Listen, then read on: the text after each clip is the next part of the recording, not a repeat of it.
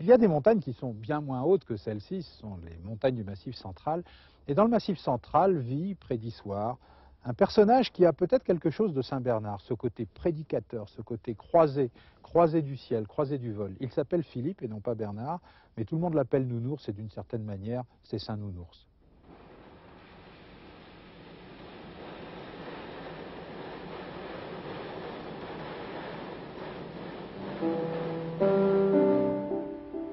Quand Nounours ouvre son cœur, il commence toujours par ouvrir son hangar, car c'est là, dans cet univers de bois, de toile et de haubans, que l'on peut découvrir la vie de ce drôle de bonhomme barbu. À première vue, on se dit tiens, il m'impressionne, et puis à deuxième vue, on le reconnaît, car Nounours a le rire dans les yeux et les pommettes de ceux qui sont nés dans l'espace, et ses avions sont comme lui, un surtout, un Léopoldov de 1936. Quand on a vu le Popov, on a compris qui était Nounours. Alors on l'a trouvé, il volait plus au centre de parachutistes de Moulins, qui était à l'époque Moulins à Verbe, c'est un terrain qui n'existe plus. Il volait plus depuis des années, il était tout triste, il avait les pneus crevés, il avait plus de capot, il avait plus d'hélice, plus de pare-brise, plus rien. Et puis voilà, on était jeunes mariés, pour ma femme ça a été le choix, on n'avait pas de sous du tout et on a emprunté 3 sous, on avait emprunté 3 sous. Et puis disons le choix, ça a été... pour Marie-Claude, je lui ai dit c'est où le congélateur ou l'avion. Alors ça a été l'avion, voilà. Et c'est son avion depuis. Donc c'est pour ça que notre fils Jacques a mis Monio, Marie-Claude et Jacques. Là pourquoi il est comme ça. Si je comprends bien, votre femme a eu le coup de foudre pour vous et pour l'avion.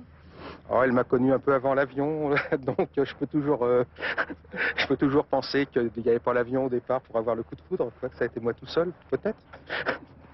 En tout cas, après, il y a eu l'avion, et puis voilà, cet avion-là, ça fait donc depuis 71-72 qu'il est avec nous, on l'a refait, et puis on a vécu avec beaucoup d'aventures. Ça a été le début de toute une autre série de machines qu'on a en famille. Puisque si on peut regarder la chose comme étant l'avion de Marie-Claude, le Storm qui est un peu mon avion, et puis le planeur qui est là-bas, qui est le planeur de mon fils Jacques. Donc, une vraie famille.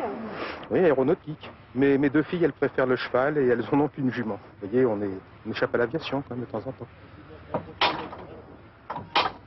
1+2, mais totalement réduit en plus. Hein. Ça s'entend.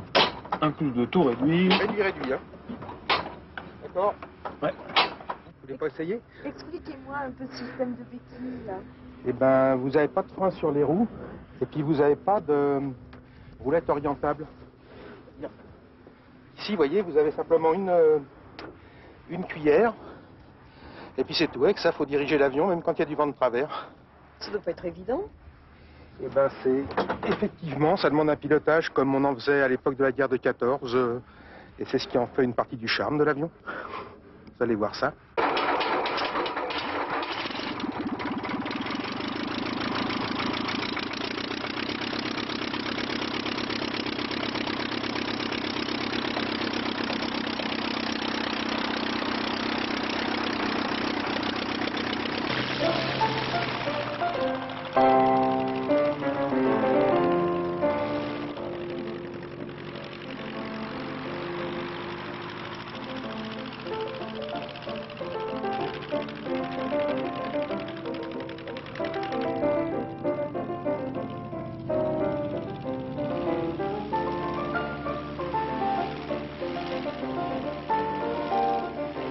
Entre Nounours et le Popov, l'intimité est totale, et ce, malgré la différence d'âge.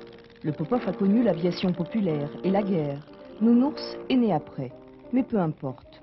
Les bois du biplan ont été coupés dans les années 20, ce qui fait de cette trapanelle une septuagénaire, fringante certes, mais accomplie.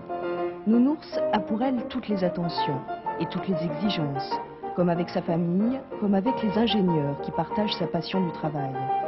Car vous l'avez compris, toute la vie de Nounours est tournée vers l'avion. Mais il n'aime ni les musées, ni les cimetières, alors quand il sort le Popov, c'est pour voler. C'est un drôle d'oiseau, hein. C'est un ULM avant la lettre, c'est un biplan, c'est un sextiplan parce que l'aile du dessous est plus petite que l'aile du dessus. Et ses caractéristiques, c'est moins de 300 kg à vide, ça monte comme un ascenseur, ça avance comme un escargot, et finalement ça vole comme un papillon. Le conduire au sol, c'est déjà curieux. Et en vol, c'est un avion qui est gentiment instable sur les 3 axes. C'est-à-dire que lâché à lui-même, il prend des positions pas du tout sympathiques. Mais enfin bon, il prévient longtemps avant, et puis finalement, ça lui donne beaucoup de maniabilité. Si Nounours est une grande personne qui maîtrise parfaitement sa machine, avec lui, on replonge dans l'enfance. Il aurait pu dessiner un mouton. Son truc à lui, c'est de caler son hélice. Une manip qui s'apprécie d'abord à l'oreille.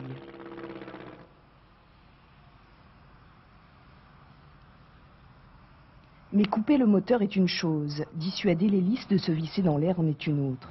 Et ça, c'est le genre de cuisine aéronautique qu'affectionne particulièrement notre bonhomme, sensible comme tous les vélivoles au bruit du vent dans les haubans. Ça ne fait pas forcément du bien à l'avion, mais c'est comme ça. Depuis tout petit, Nounours est dans l'air, comme le poisson est dans l'eau. Le déclic, c'est il y a très longtemps d'avoir vu des grandes personnes qui faisaient voler des petits avions au polygone de Vincennes.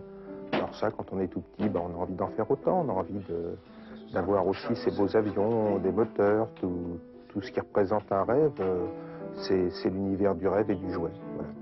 Ça commence comme ça et ça continue par des jouets pour grandes personnes. Bientôt on fait des grands jouets. Voilà. Ça fait des avions, ça fait des avions de collection, ça fait toujours la même chose. Et puis au fur et à mesure que le temps passe, le rêve se vit, tout simplement.